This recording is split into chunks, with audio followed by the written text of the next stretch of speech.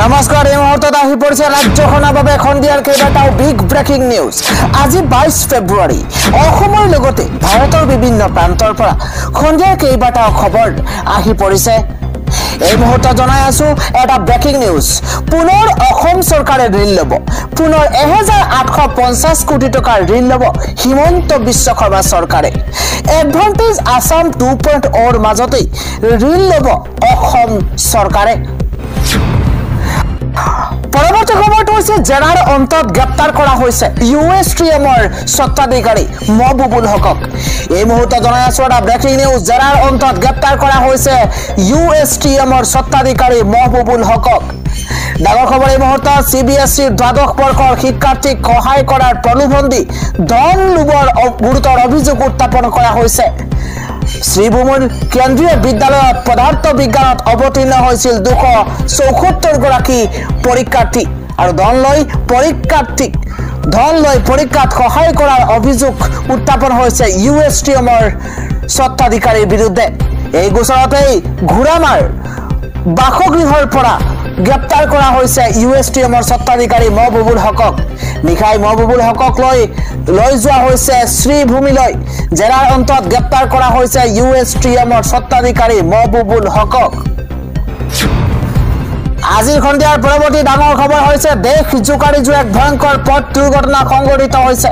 একেলগে 12 গৰাকীকৈ শিক্ষাৰ্থীৰ মৃত্যু হৈছে। ভয়ংকৰ পথ দুৰ্ঘটনাত থিতাতে নিহত হৈছে 12 গৰাকীকৈ শিক্ষাৰ্থী। ভয়ংকৰ পথ দুৰ্ঘটনাত পতিত হৈছে এগৰাকী শিক্ষাৰ্থী দল। তিতাতে প্ৰাণ হেৰুৱাইছে 12 গৰাকীকৈ শিক্ষাৰ্থীয়ে। সমান্তৰালভাৱে আহত হৈছে 20 জনৰো অধিক ছাত্ৰ ছাত্ৰী। ঘটনাৰ পাছতেই হাহাকাৰ অৱস্থাৰ সৃষ্টি হৈছে। এখন ট্ৰাকৰ সৈতে সংঘৰ্ষত শিক্ষাৰ্থী কেইগৰাকীৰ মৃত্যু হৈছে বুলি জানিব পৰা গৈছে। ব্ৰাজিলত শিক্ষাৰ্থী কঢ়িয়াই অনা বাছ দুৰ্ঘটনাত পতিত হৈছে আৰু কেইবাগৰাকী শিক্ষাৰ্থীৰ মৃত্যু হৈছে। 12 গৰাকী শিক্ষাৰ্থীয়ে প্ৰাণ হেৰুৱাইছে বুলি জানিব পৰা গৈছে। পৰৱৰ্তী খবৰ হৈছে গো মাংসৰ চিন্তা বাদ দি ভাল কাম কৰক। ৰাজ্য চৰকাৰক তীব্ৰ সমালোচনা কৰিছে দেশৰ সৰ্বোচ্চ ন্যায়ালয়ে। এই মুহূৰ্তত জনাই আছো ডাঙৰ খবৰ। ৰাজ্য চৰকাৰক তীব্ৰ সমালোচনা কৰিছে দেশৰ সৰ্বোচ্চ ন্যায়ালয়ে। ৰাজ্য চৰকাৰক তীব্ৰ সমালোচনা। সৰ্বোচ্চ ন্যায়ালয়ৰ চৰকাৰক সমালোচনা কৰি ন্যায়ালয়ৰ কেইবাটাও বৃহৎ মন্তব্য। চৰকাৰে গো মাংসৰ পাছত দৌৰাতকৈ অন্য ভাল কাম কৰক। এই মন্তব্য দেশৰ সৰ্বোচ্চ ন্যায়ালয়ৰ। এনেধৰণৰ কামত লাগি থকাতকৈ চৰকাৰখনৰ কৰিবলগীয়া আন বহুতো কাম আছে। ন্যায়াধীশ AS উকা আৰু উজ্জ্বল ভূঞাৰ বিচাৰপীঠৰ সমালোচনা ৰাজ্য চৰকাৰক। ব্ৰেকিং নিউজ জনোৱাৰ চেষ্টা কৰিছো। এক গোচৰৰ শুনানি প্ৰদান কৰি চৰকাৰক কঠোৰ সমালোচনা কৰিছে দেশৰ সৰ্বোচ্চ ন্যায়ালয়ে। আজি সন্ধিয়া আন এটা ডাঙৰ খবৰ হৈছে যুৱ কংগ্ৰেছৰ সভাপতি জুবেৰ আলমক আটক কৰিছে আৰক্ষী। আমি জনাই আছো প্ৰতিবাদ কৰিবলৈ যোৱাৰ সময়তে আটক কৰিছে প্ৰদেশ যুৱ কংগ্ৰেছৰ সভাপতি জুবেৰ আলমক। আজি প্ৰতিবাদলৈ যোৱাৰ আগমুহূৰ্তত আটক কৰা হৈছে জুবেৰক আৰু নিজ বাসগৃহৰ পৰা আটক কৰিছে সভাপতি গৰাকীক। ৰকিবুল হুছেইনৰ দোষীক শাস্তিৰ দাবীত উত্তাল প্ৰতিবাদ কৰাৰ পৰিকল্পনা কৰিছিল কংগ্ৰেছে। ৰাজ্যৰ ইমূৰৰ পৰা সিমূৰলৈ কংগ্ৰেছৰ নেতা কৰ্মী আটক কৰিছে আৰক্ষীয়ে।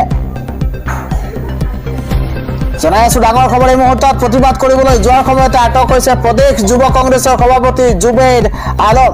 ৰকিবুল হুছেইনক যিদৰে আক্ৰমণ কৰা হৈছিল তাৰ প্ৰতিবাদ কৰিবলৈ যাওঁতে আটক কৰা হৈছে। প্ৰতিবাদ কৰিবলৈ যোৱাৰ সময়তে প্ৰদেশ যুৱ কংগ্ৰেছৰ সভাপতি জুবেৰ আলমক আটক কৰা হৈছে। আজি প্ৰতিবাদলৈ যোৱাৰ আগমুহূৰ্ততে আটক হৈছে। আন এটা খবৰ হৈছে একত্ৰিত হৈছে ইছলামিক বিশ্ব। বিপদত পৰিব এইবাৰ আমেৰিকা। মধ্য ইজৰাইলত আক্ৰমণ ইৰাণৰ। এই মুহূৰ্তত জনাই আছো আন্তঃৰাষ্ট্ৰীয় এটা ডাঙৰ খবৰ। আকৌ অশান্ত হৈছে মধ্য প্ৰাচ্য। আমেৰিকা ইজৰাইলৰ বিৰুদ্ধে একত্ৰিত হৈছে ইছলামিক বিশ্ব।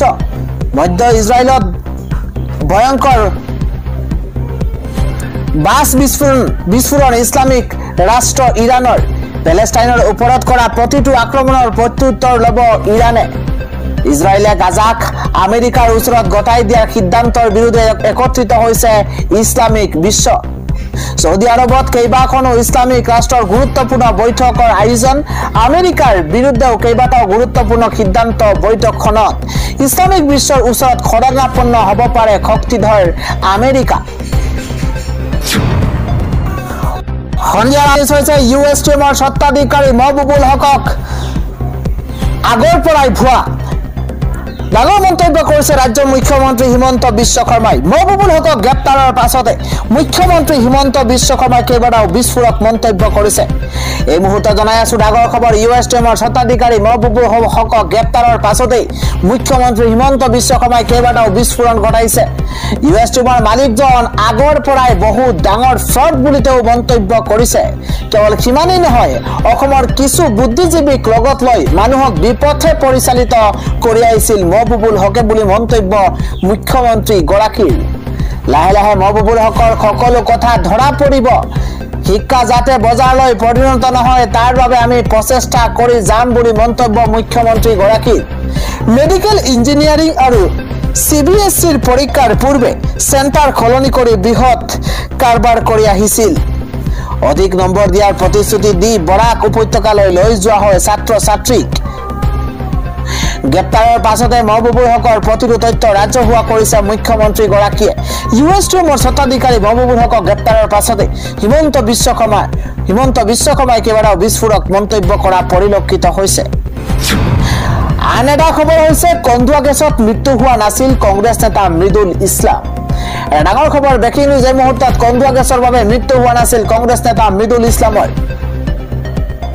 এলকহল আৰু ক্ৰনিক সমস্যাৰ বাবে মৃত্যু হৈছিল মৃদুল ইছলামৰ মৰণোত্তৰ পৰীক্ষাত পোহৰলৈ আহিছে এই তথ্য মৰণোত্তৰ পৰীক্ষাত এই ভয়ংকৰ তথ্য পোহৰলৈ আহিছে কন্দুৱা গেছ দিয়াৰ সময়তে উপস্থিত নাছিল মৃদুল আৰক্ষীয়ে কোনো আক্ৰমণ কৰা নাছিল 18 ডিচেম্বৰত ৰাজভৱন ঘেৰাও কাৰ্যসূচী ৰূপায়ণ কৰিছিল কংগ্ৰেছে প্ৰতিবাদৰ সময়ত কৰুণ মৃত্যুক আঁকোৱালি লৈছিল মৃদুল ইছলামে মৰণোত্তৰ প্ৰতিবেদনত ধমনী ৰোগৰ বাবে মৃত্যু হোৱা বুলি উল্লেখ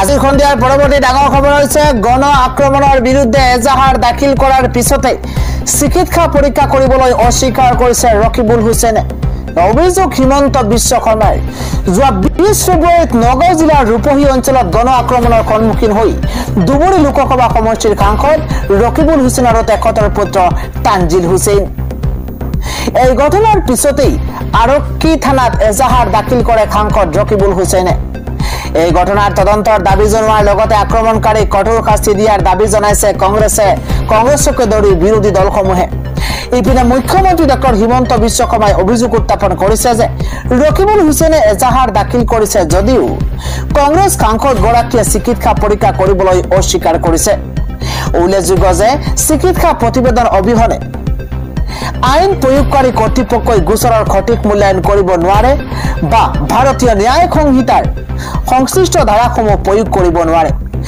এই সম্পৰ্কে হিমন্ত বিশ্ব শৰ্মাই সামাজিক মাধ্যমত লিখিছে যে কংগ্ৰেছৰ মাননীয় সাংসদ ৰকিবুল হুছেইনে কালি সংঘটিত এক আক্ৰমণৰ অভিযোগ উত্থাপন কৰি আজি এজাহাৰ দাখিল কৰিছিল অৱশ্য সাংসদ গৰাকীয়ে এতিয়ালৈকে চিকিৎসা পৰীক্ষা কৰিবলৈ অস্বীকাৰ কৰিছে এই পোস্ট কৰিছে মুখ্যমন্ত্ৰী হিমন্ত বিশ্ব শৰ্মাই এই পৰীক্ষা অবিহনে আইনী প্ৰক্ৰিয়া সঠিকভাৱে নিৰ্ধাৰণ তথা এজাহাৰত ভাৰতীয় ন্যায় সংহিতাৰ উপযুক্ত ধাৰা প্ৰয়োগ কৰিব পৰা নাযায় কংগ্ৰেছ দল আৰু বিৰোধী দলৰ দলপতিয়ে এই স্থিতি মন কৰাটো প্ৰয়োজনীয় কিন্তু মুখ্যমন্ত্ৰীৰ এই পোষ্টৰ পিছতে সাংসদ গৌৰৱ গগৈয়ে মুখ্যমন্ত্ৰীৰ বিৰুদ্ধে আন এক অভিযোগ দাখিল কৰি সামাজিক মাধ্যমত লিখিছে গৌৰৱ গগৈয়ে লিখিছে যে লোকসভাৰ মাননীয় সাংসদ ৰকিবুল হুছেইন ডাঙৰীয়াক দিন দুপৰতে কৰা নিৰ্মম আক্ৰমণৰ বিৰুদ্ধে দিয়া গোচৰৰ অসম ৰাজ্যিক আৰক্ষীক এফআইআৰ ৰুজু কৰিবলৈ দিয়া নাই মুখ্যমন্ত্ৰী হিমন্ত বিশ্ব শৰ্মাই গুণ্ডাকেইটাই আৰক্ষী বিষয়াকো আক্ৰমণ কৰি তেওঁলোকৰ অস্ত্ৰ শস্ত্ৰ কাঢ়ি নিবলৈ চেষ্টা চলাইছিল তৎসত্ত্বেও আক্ৰমণকাৰী দুৰ্বৃত্ত কেইটাই লাভ কৰে মুখ্যমন্ত্ৰীৰ সুৰক্ষা বিজেপি শাসনত অসম আৰক্ষীৰ এনে দুৰ্দশা অতিকৈ চিন্তনীয় উল্লেখযোগ্য যে শুকুৰবাৰে কংগ্ৰেছৰ সাংসদ ৰকিবুল হুছেইনে তেওঁৰ ওপৰত সংঘটিত আক্ৰমণ সন্দৰ্ভত 22 জন লোকৰ নাম উল্লেখ কৰি আৰক্ষী এজাহাৰ দাখিল কৰিছে আৰক্ষীৰ এগৰাকী জ্যেষ্ঠ বিষয়া জনোৱা মতে হুছেইনৰ অভিযোগ নগাঁও সদৰ থানাত পঞ্জীয়ন কৰা হৈছে।